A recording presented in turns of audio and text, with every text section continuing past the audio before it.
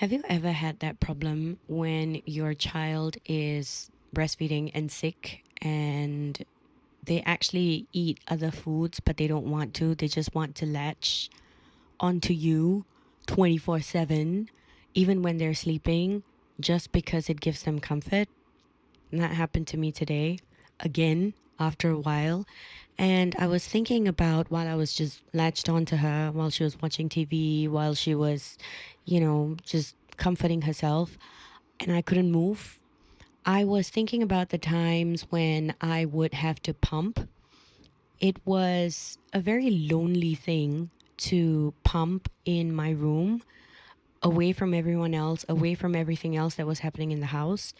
I would have to go into my room and pump just so that I would have enough milk stocked up in the fridge so that I could go into work. And then I would have to pump at work as well.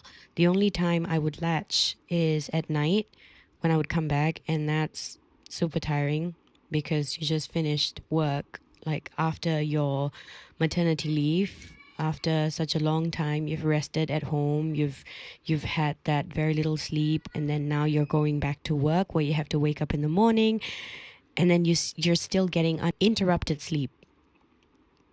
I was thinking about those times, and I thought I would make a video about how it is like to go back to work after you've had a baby and what happens when you're trying to pump so that you can stock the fridge so that you can actually go to work. Welcome back to the Cashmere Couch. So, if for whatever reason you're unable to pump, first of all, drop the guilt, okay? Whether you are breastfeeding by pumping and bottle feeding your breast milk, or you are formula feeding to supplement your breast milk, or you're entirely formula feeding, we've talked about this countless times. Drop the guilt because this is normal. And that's something people don't tell you. They just want you to think that breastfeeding is the only way to go. And realistically speaking, you can't do that if you have to go back to work, right? So when do you start pumping? Now, it really depends, but I feel like the latest you can do it is about 3 to 4 weeks before you go to work. So maybe 1 to 2 months before you start work, you can slowly start to pump just to have a feel of how it's going to be like. And one of the biggest things I was worried about when I was pumping, when I had just begun to pump, was if the baby would have enough to drink, because now that I've pumped, I've emptied my breast. And so, how's that going to work? Now, don't worry too much about it. You would know best. Most of the time, the baby drinks from one side, and then for the next feed, you would have to feed from this side, and that's how it usually goes. So, what I would do, especially when you're starting early, you can teach your body that the baby wants more. So, it's like tricking your body into producing more milk. And we're going to talk about supply versus demand and how to increase your supply in other videos later on. But the point here is that when your baby feeds on one side, the other side, once your baby's done, the other side is where you pump for about 15 to 20 minutes so that your body gets used to the idea that, okay, baby actually is drinking twice on both sides, and then you slowly start to increase supply. It's not going to happen immediately.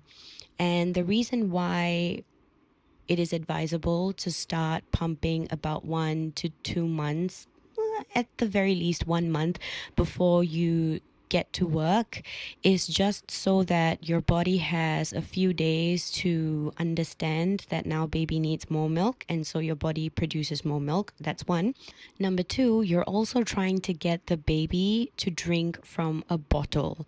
Now, this is important because you want the baby to be okay with, to be comfortable with drinking from a bottle when you are not present. When you are not at home, the baby needs to be okay being bottle fed. by somebody else. And so you have to try this. I know it's very hard to give your baby to someone and get them to bottle feed. The first time it happened with my mom, my husband, I just felt like you're taking this away from me. But trust me, when it actually happens, when you actually go to work, this really, really helps. There is no possible way that you can like come back to feed every 3 to 4 hours. Think about it. This helps a lot.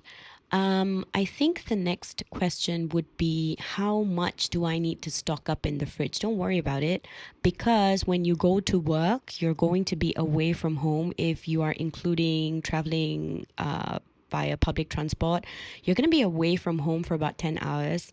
And within that time frame, you have about 2 or 3 pump sessions to go. So even if you have very little in the fridge, what is going to happen is that you will be pumping at work, and then you're going to build your stock for the next day. And then over the weekend, you can fix any lapses that you have. So that's not really a problem. Um, at this point in time, when you're feeding baby through the bottle, it becomes important for you to figure out how much the baby is drinking for each feed. And sometimes the baby drinks more early in the morning, lesser throughout the day, and then maybe a little bit more at night. You know how many milk packets to take for one feed. When you're warming up the milk to put it into the bottle, it all starts to make sense.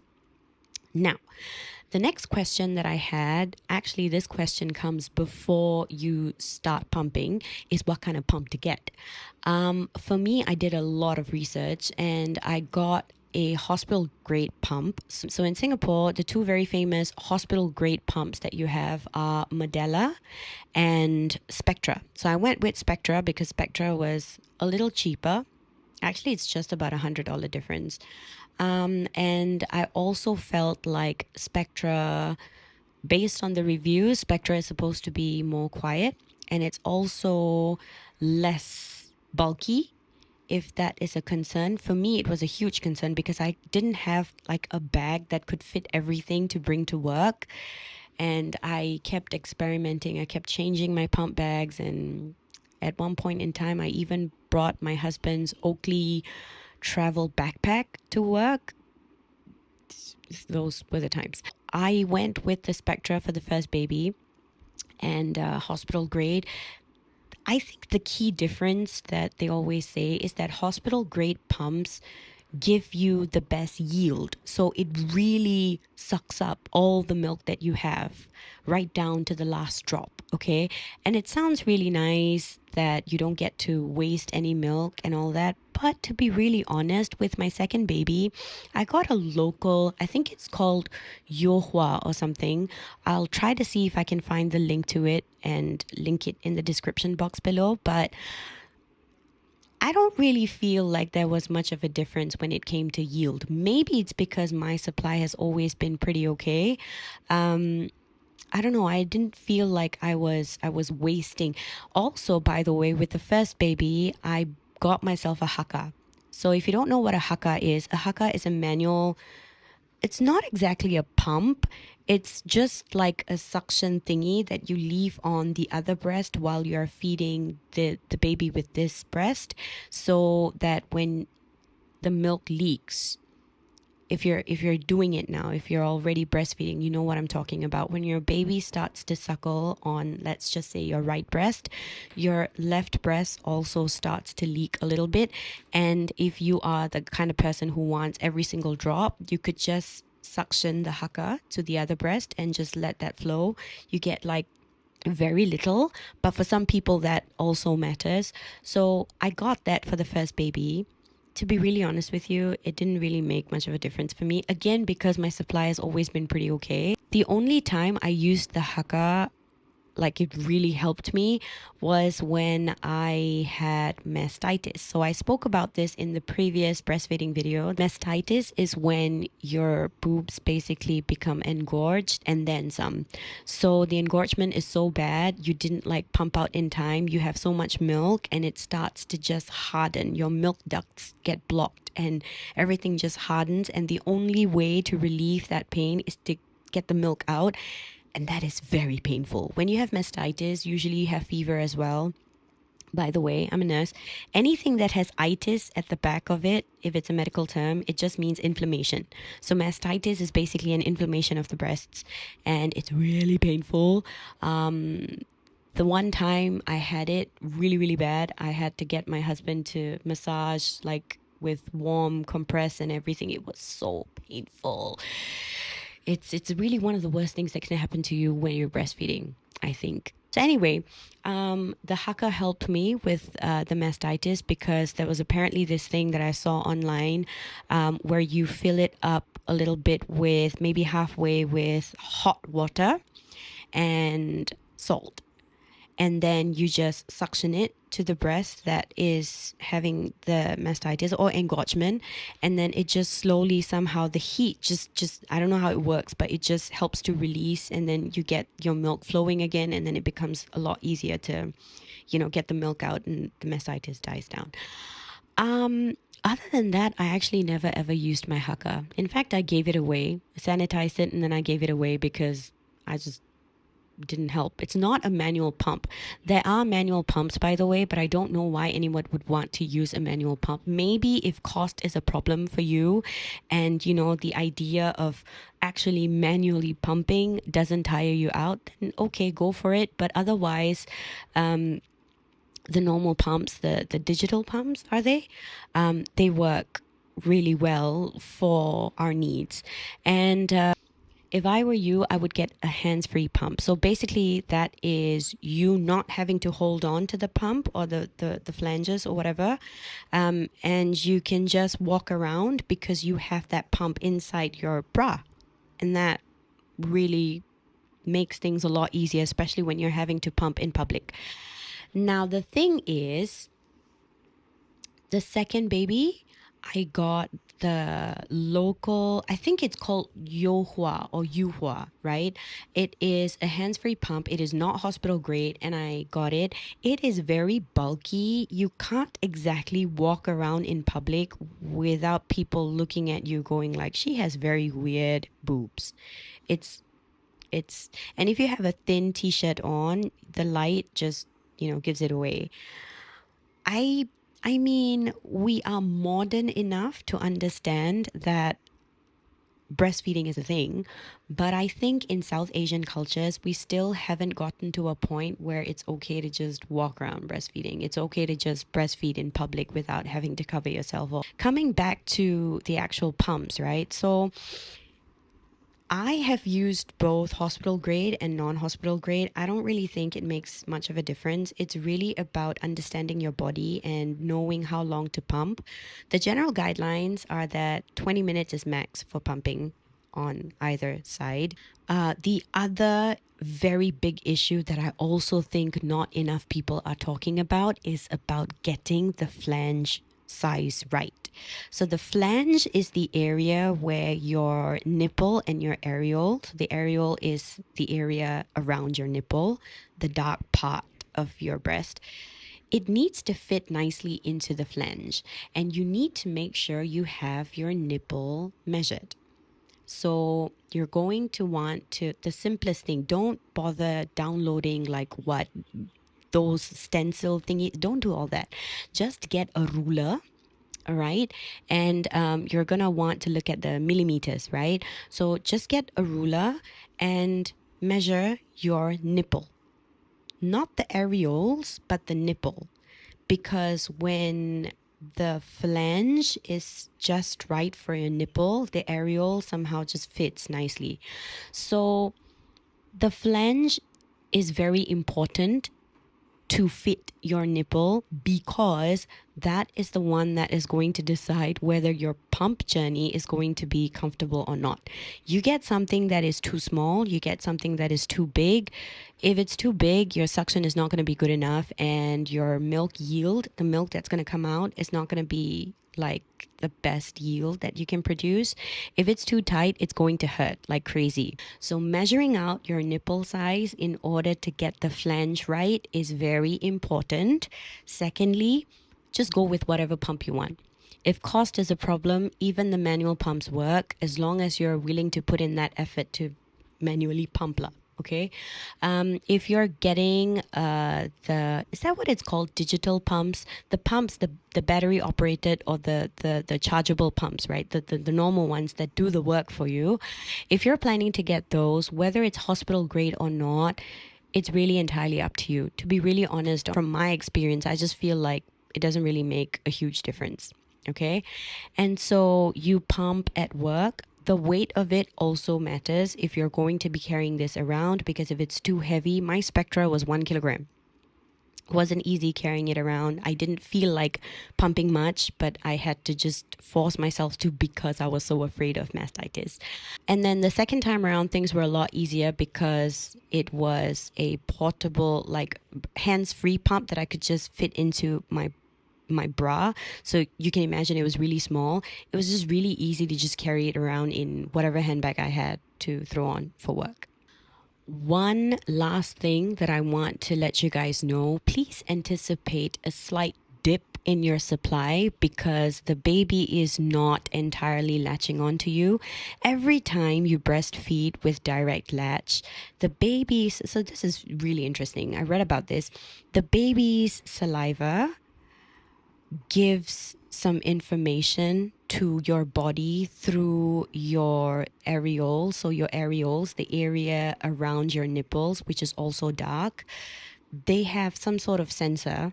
And then when your baby drinks, the saliva of the baby comes into contact with those sensors, which tell your brain what the baby needs.